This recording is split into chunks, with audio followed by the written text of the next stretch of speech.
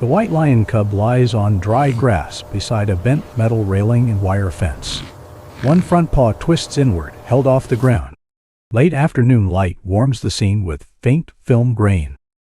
Hair-thin filament sits near that paw, almost invisible, until it flashes. In the rising wind, it vibrates and sings, a tight shiver that could trigger a bolt. Pulling or cutting would recoil through the grass and whip movement at the paw. She stops at the fence line and lowers her knees into the dust. The cub's half-open eyes stay alert, but the head does not lift. A slow blink closes, then opens, as if measuring distance. At ground level, the dry stalks lean and stand again. Some tufts throw false glints, bright pinpoints that look like filament. The wind turns each tuft into a moving mirror, and the real strand hides among them. She shifts her view, not her feet, and searches for a fixed reference. The railing has a sharp bend where paint has flaked. Beyond it stands a broken post, snapped at an angle, its gray grain split into long cracks. A hyena appears at the far edge of the grass line. It keeps low, shoulders loose, and steps with toes placed softly. Another slips into view behind it and pauses. She holds still and lets the animals read nothing. The cub's ear flicks once toward the faint vibration. Thaw stays hovered, refusing weight. The wind eases for a moment and dust settles. In that lull, a filament glints, then disappears again. The glint does not come from the tuft tips.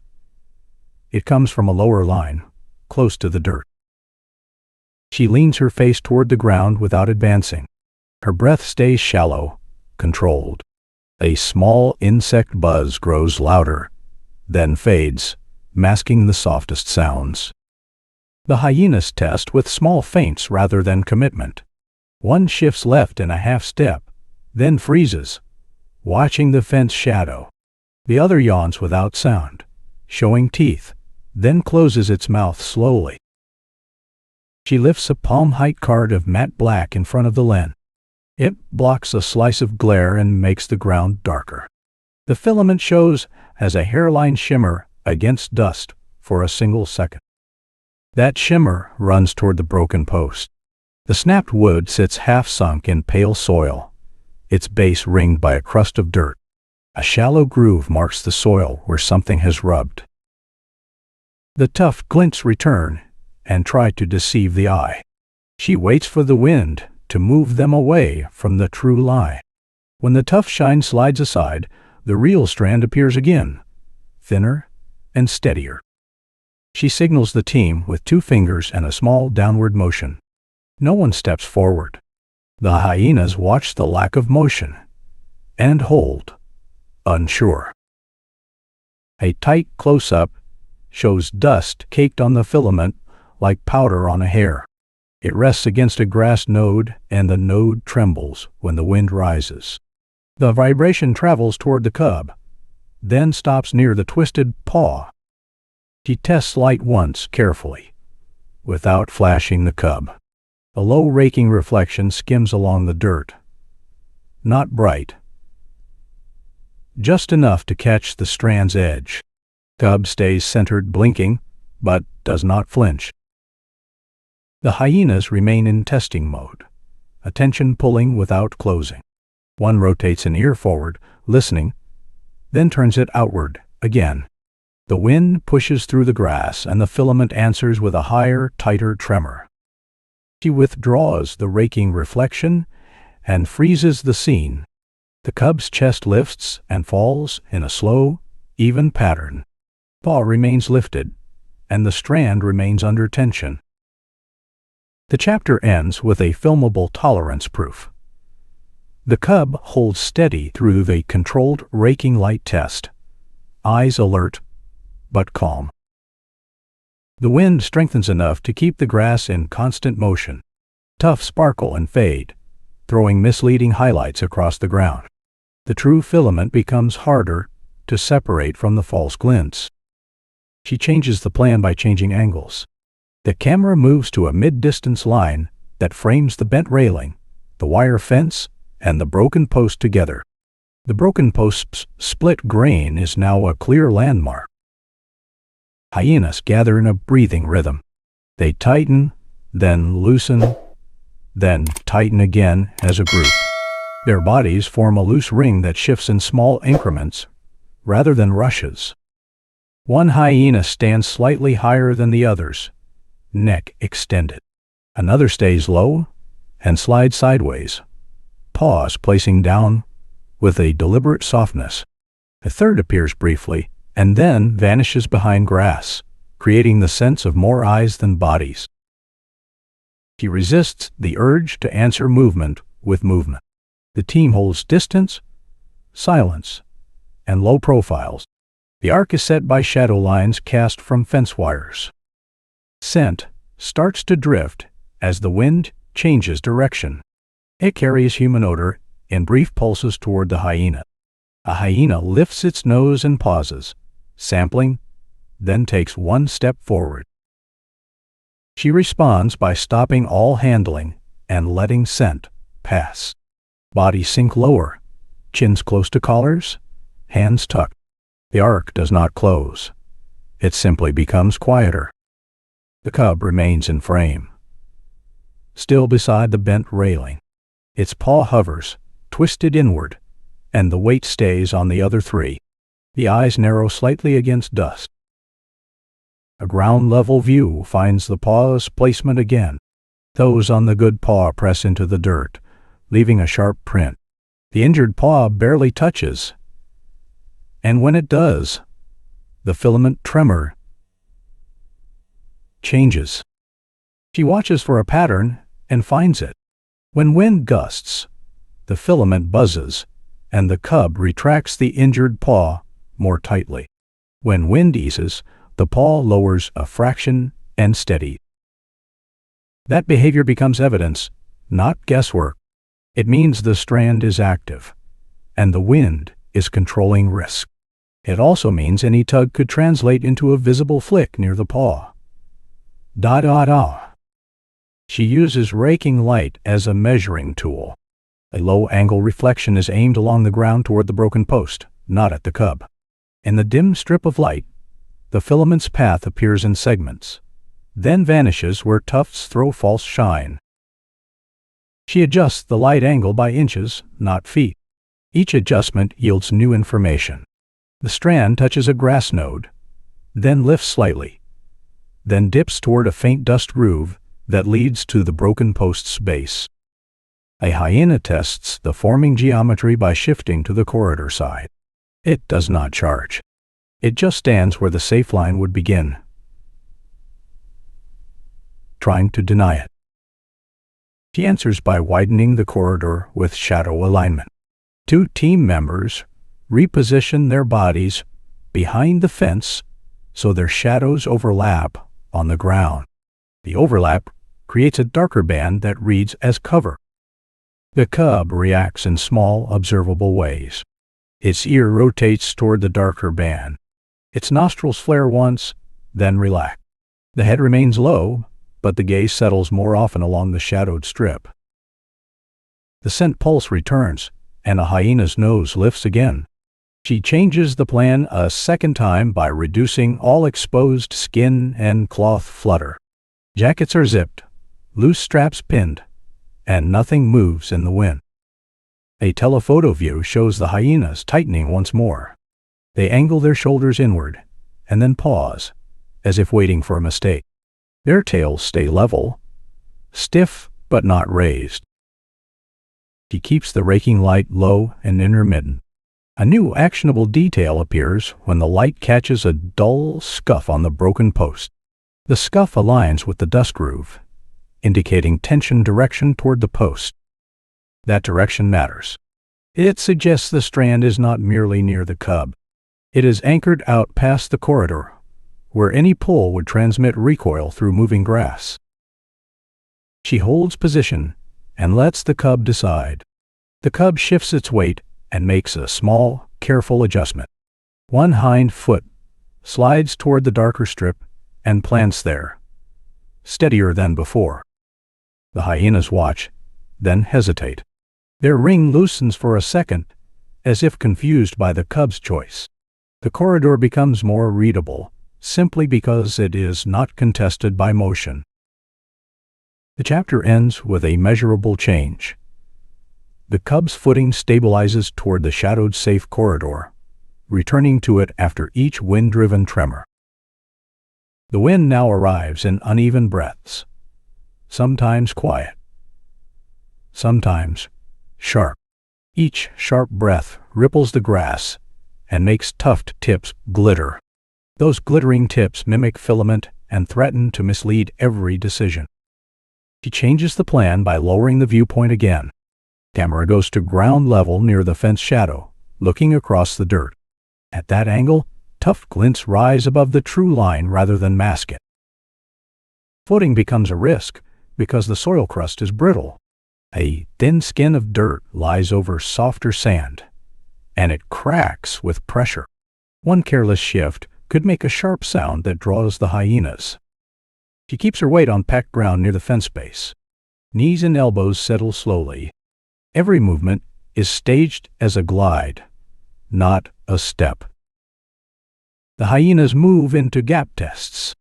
They dart short distances, probing the mouth of the forming lane. One trots 2 paces forward and stops hard, then retreats the same path. Another does the opposite, stepping sideways to cut the corridor edge. It places its front feet at a slight angle, as if ready to spring. Its ears rotate forward and back, testing sound. She uses the corridor itself as a tool. The open strip runs between 2 shadow lines and points away from the cub's pinned paw. She makes the strip cleaner by clearing only loose debris with a hand hover, never touching grass near the line. A close-up reveals why touch is dangerous. The filament rests under a veil of dust, and the dust moves with the wind. When dust lifts, the filament lifts a hair's breadth and trembles, then settles again. She brings raking light in as a primary instrument. The reflection is set at ground level and swept slowly along the corridor axis. The sweep yields new information, not mood. In the moving band of light, the filament appears like a glass edge. It runs from the paw area toward the broken post. The broken post's snapped top points slightly toward the cub, and its base shows a shallow notch where something has rubbed. That notch becomes the next target. She cannot walk to it without cracking soil. She shifts the light source instead, sending the band across the post base while staying behind the fence line. The light catches dust caught on rough wood grain. A hairline strand crosses the grain and disappears into the soil crust at the base. The strand's direction matches the earlier scuff mark. This is a decisive confirmation on camera. The monofilament runs to the broken post. It is not random debris. It is anchored, and the wind turns it into a vibrating trigger. Hyenas respond to the growing clarity of the lane. One darts into the corridor edge, then bounces out, trying to provoke a reaction. Another circles wide and stops in tall grass, only ears visible. She makes a plan adjustment driven by the hyena ladder action. The corridor start is shifted a few inches closer to the fence shadow, reducing the hyena's ability to see into it. The shift is done by lens position, not by feet. The brittle soil crust threatens noise again when a knee presses too hard. A faint crack sounds, dry and sharp. She freezes instantly and lowers her weight off the crust without lifting her knee. The insect buzz rises again, steady and loud for a moment. It masks the crack's echo. Hyena's head lifts, but it does not commit. She uses that masking moment to capture a tighter close-up. The camera finds the strand where it touches the broken post's base. Dust clings to it in a thin halo, outlining a contact point. A mid-distance view shows the whole geometry. The cub, railing, fence shadow, corridor strip, and broken post form a single line of logic. The strand's path is now readable, and the hazard becomes procedural. She revises the upcoming removal plan because of recoil risk. Cutting at the cub would send tension backward to the broken post. Any lift would ripple through grass tufts and flash movement near the paw. The only safe option is to control the strand low and flat. That means pinning it to dirt near the broken post later, not touching it near the cub first. The wind is making the strand too reactive to risk anything else. The cub's breathing remains slow, but the eyes track the corridor more often. A brief swallow shows tension, then the jaw relaxes. The paw stays held up, consistent with the filament's tremor pattern. The chapter ends with the decisive reveal. The line's path to the broken post is confirmed on camera, including the contact point at the post's cracked base. Late afternoon light drops a fraction, and the wind sharpens. Tuft tips glitter in a wider band and throw false highlights across the ground. The real filament is harder to isolate without help. Hyenas shift their posture and tighten pressure. They hold the corridor mouth and test its edge with short dart. Their bodies compress together. Then, a glare flare clips off a fence wire and slices a bright seam across the dirt. The seam slides as the grass moves, making the corridor edge appear to shift. Cub's eyes widen slightly at the moving brightness. She changes the plan because the seam is now dangerous. Any moving highlight could prompt a bolt that the filament might punish. She lowers the camera angle and repositions the light source to reduce flare, not to brighten. Raking light becomes a corrective tool again, and it produces new information. A low-angle reflection reveals a segment of filament that was previously invisible, where it rides over a stiff grass stem near the corridor edge. That stem bends with gusts, risking a sudden lift. She cannot pull that stem free. Pulling would transmit recoil to the paw. She cannot step closer either, because hyenas are now gap-testing aggressively. A mid-distance geometry view shows the corridor narrowing under pressure. Hyenas stand at the door and angle shoulders inward. One turns its head sideways, ears pinned back briefly, then forward again, listening for sound. A tiny metallic click occurs when gear touches a buckle. It is small, but the hyenas react. Two heads snap toward the sound, and the cub flinches at the same time. The near collapse happens in a single breath. The glare seam shifts across the cub's face, and the cub lifts its injured paw reflexively. The hyenas tighten one step closer. She corrects it ethically within 2 sentences. She kills the raking reflection instantly and freezes everybody behind the fence, lowering profiles without advancing. The scene quiets, and the cub's paw lowers again without panic. The wind continues to hiss through the grass, and the filament continues to tremble. The procedural consequence is now unavoidable. Any sudden light, sound, or shadow seam can trigger movement that turns the filament into a whip-like hazard. She revises the operational plan in response. The next action must reduce quiver near the broken post before anything happens near the cub. The corridor must also be made more stable, so the cub has one readable option. A close-up shifts to the broken post base. The snapped wood leans at a slight angle, its cracks filled with dust. The filament lies across the base, and each gust makes it quiver where it touches the notch. The quiver is transmitted through a stiff grass stem that bridges the corridor.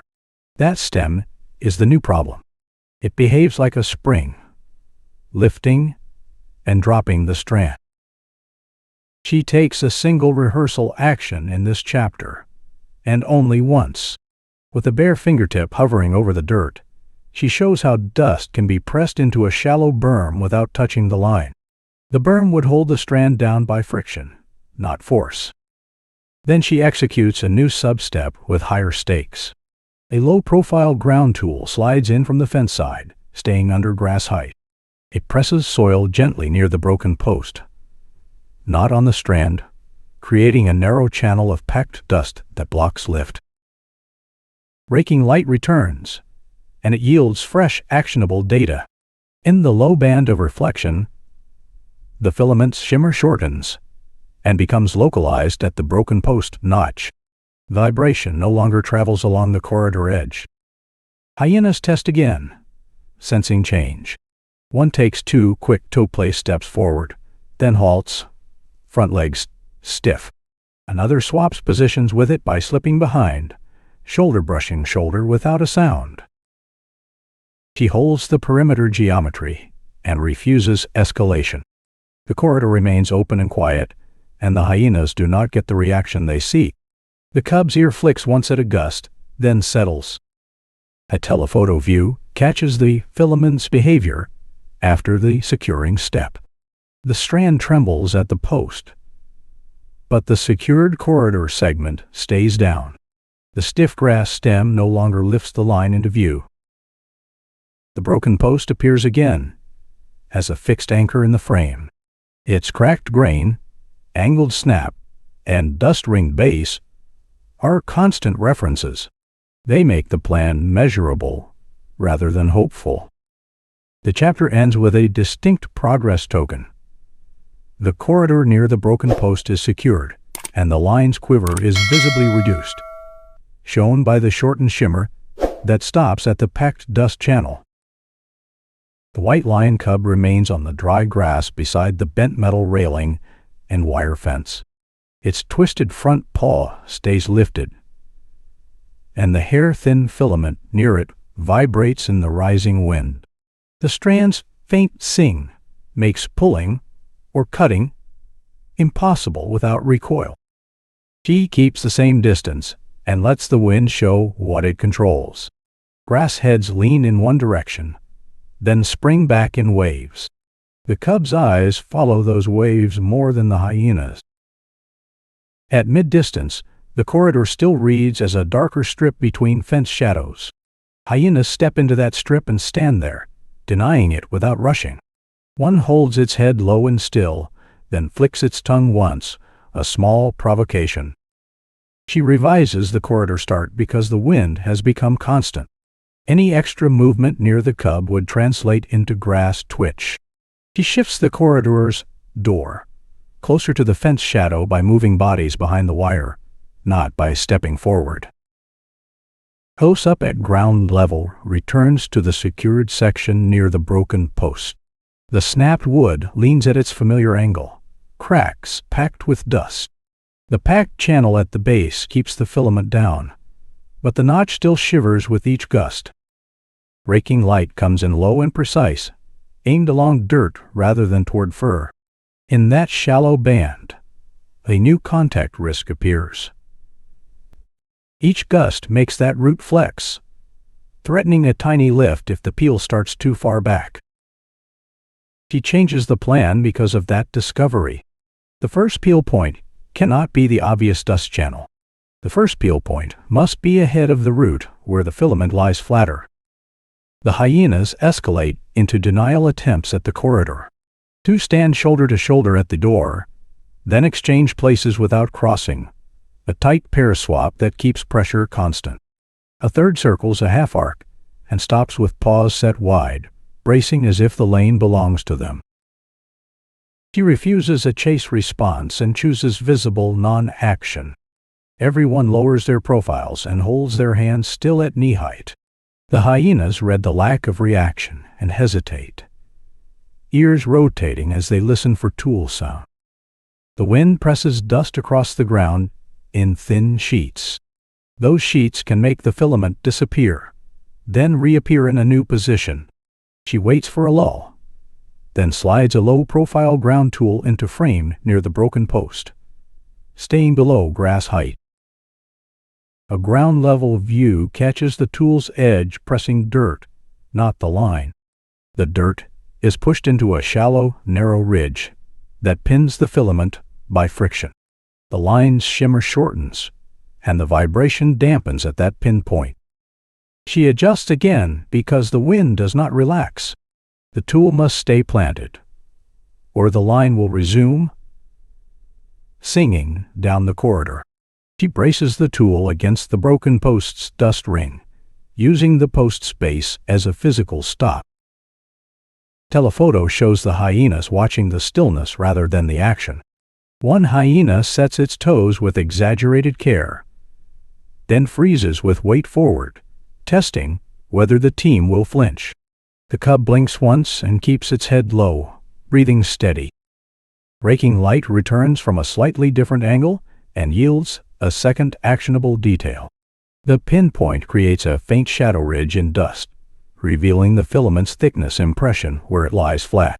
That impression confirms the strand is not looped there, only pressed, and can be peeled safely along the dirt.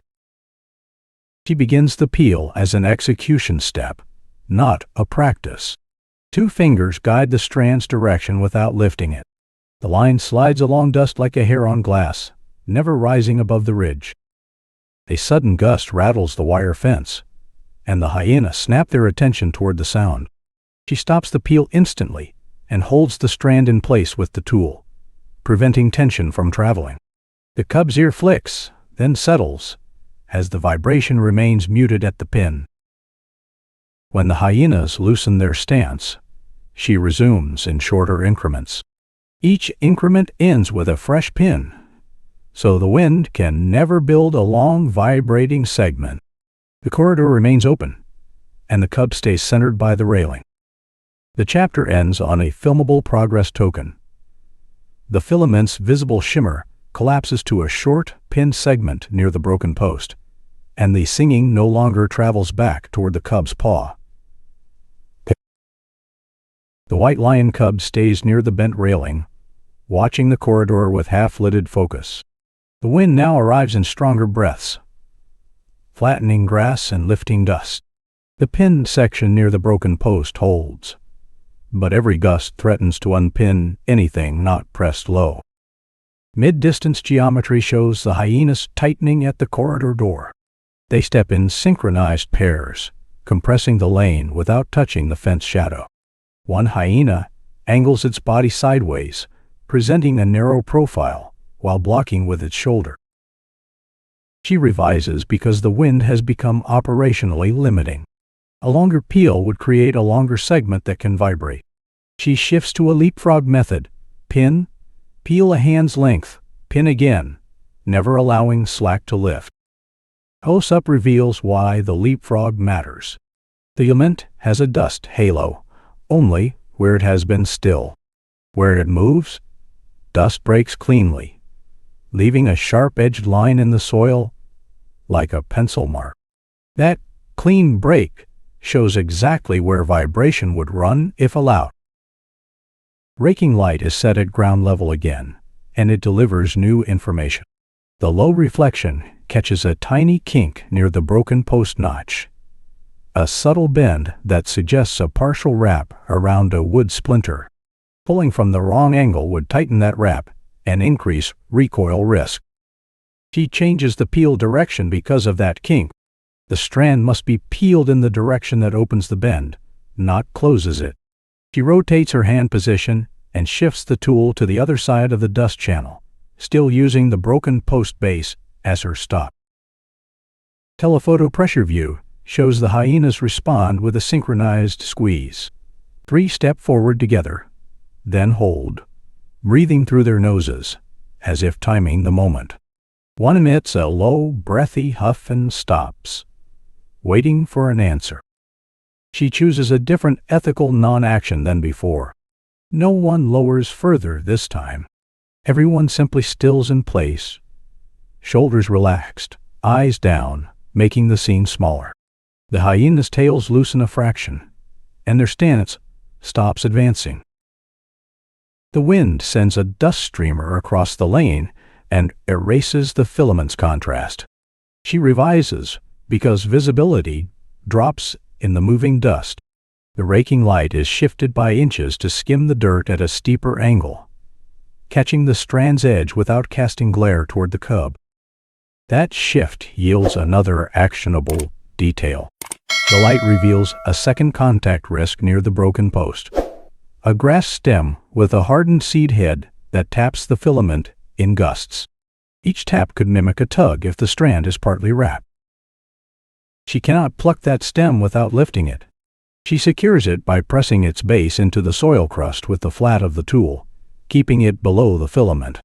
The tapping stops, and the strand's tiny kink relaxes. The hyenas attempt to deny the corridor again. Two stand at the door, and then split apart in a quick synchronized half-step, trying to widen their block. Their ears remain forward, listening for the scrape of metal. She adapts to that pressure by changing her sound profile.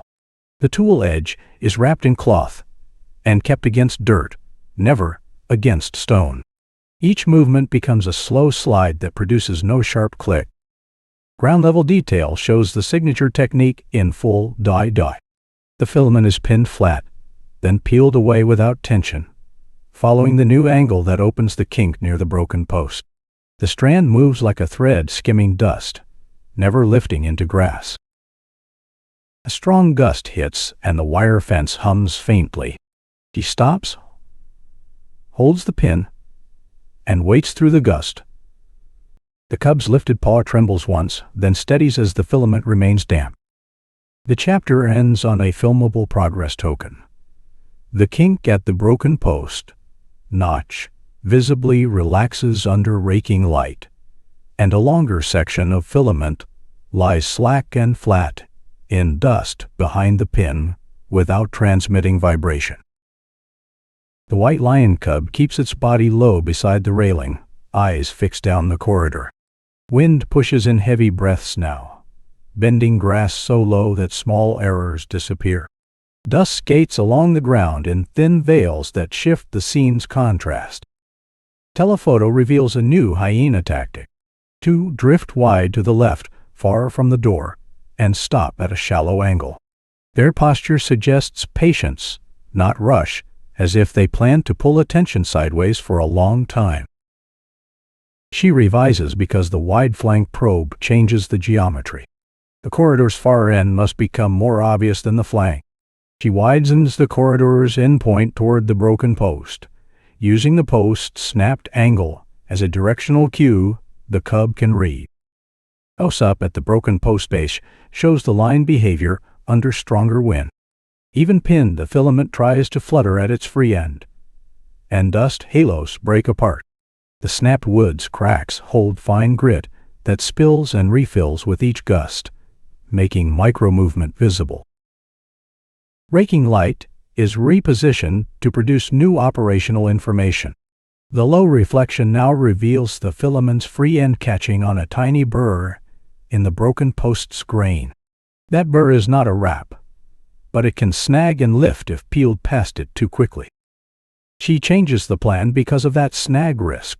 The next peel must be segmented into shorter pulls with immediate repin, so the free end never has time to rise. The wind is too strong to allow a continuous glide. Mid-distance geometry view shows the corridor as a clean strip again. Fence shadows form its edges, and the broken post anchors its far point. Hyenas remain outside the shadow band, but their wide pair keeps an angled stare. The cub gives an observable micro-reaction that matters.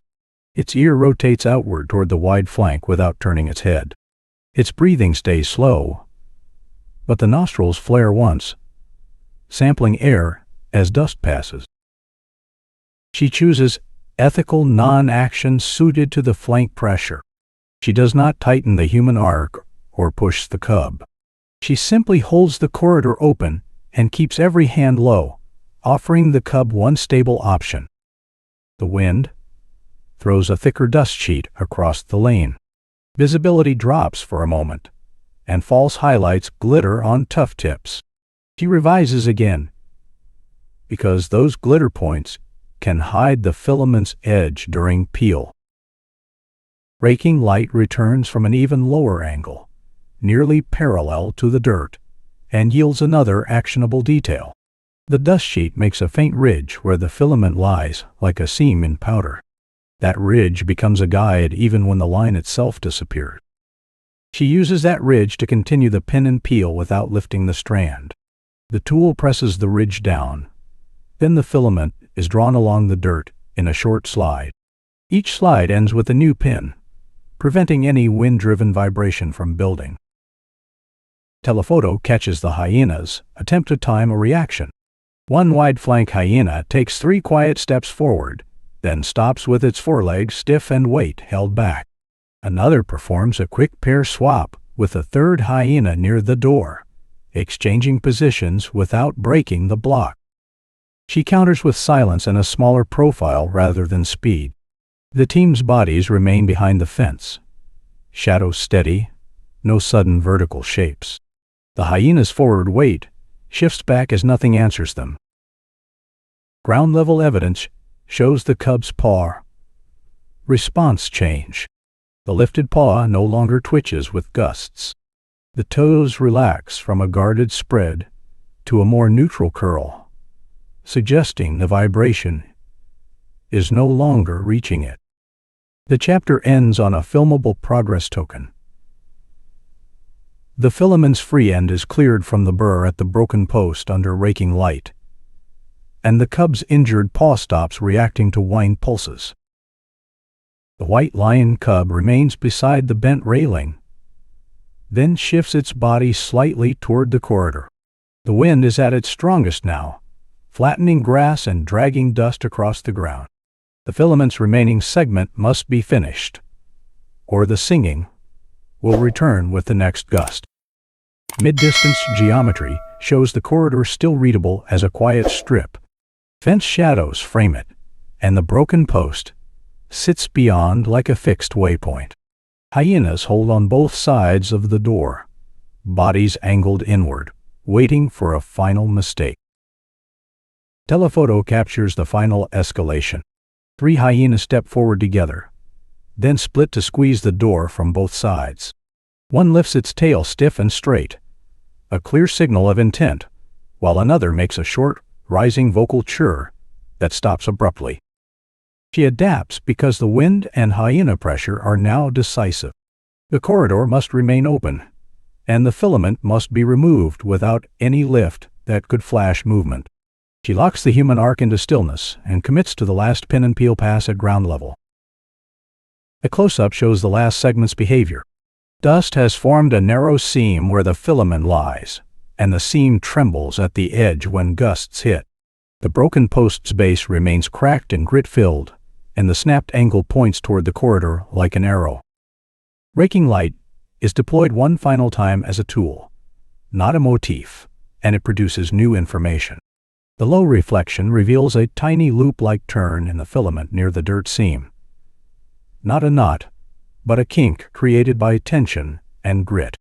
If peeled too quickly, that kink could spring and lift. She changes the substep because of that kink.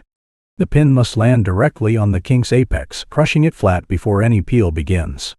The tool presses the dust seam down, and the kink becomes a straight line under the light. Hyenas surge one more step, then stop at the shadow boundary. She denies the surge without escalation by keeping everyone motionless and low. No one leans forward, and no one raises a hand. The wind pushes hard, and the grass bows as a single sheet. Dust skims the corridor, but the pinned filament stays dead still. The hyenas blink against dust and hesitate, unable to locate a reaction to exploit. She completes the final peel in 2 short slides. Each slide is along the dirt seam, never lifting into grass. Filament moves like a transparent thread and settles under dust as soon as it is laid down. A ground-level view captures the proof that matters. The removed filament lies slack beside the broken post's dust ring, and no shimmer travels along it even when gusts hit. The dust seam that once trembled remains flat and quiet. The cub rises carefully, a controlled sequence rather than a burst. It tests the injured paw without loading it fully, then chooses the corridor. Tracks form in a straighter line without the brief snag check pauses seen earlier. Telephoto follows from distance as the cub clears the door and continues down the lane. Hyenas hold their positions and do not cross into the corridor, their pressure denied by the unbroken stillness. The wind continues to hiss, but the scene no longer carries the filaments. Sing. She withdraws first, backing away behind the wire fence with slow, low steps. No chase follows, and no body closes the corridor. The cub continues on its own terms. The chapter ends on a final filmable progress token. The slack filament remains visible under dust beside the broken post, while the cub exits wild down the corridor, unpursued and self-directed. If this story touched your heart, drop a simple 1-inch in the comments to let us know you were here. Your support keeps these gentle stories alive. Don't forget to subscribe and stay with us, because the next story might just be the one that finds you when you least expect it.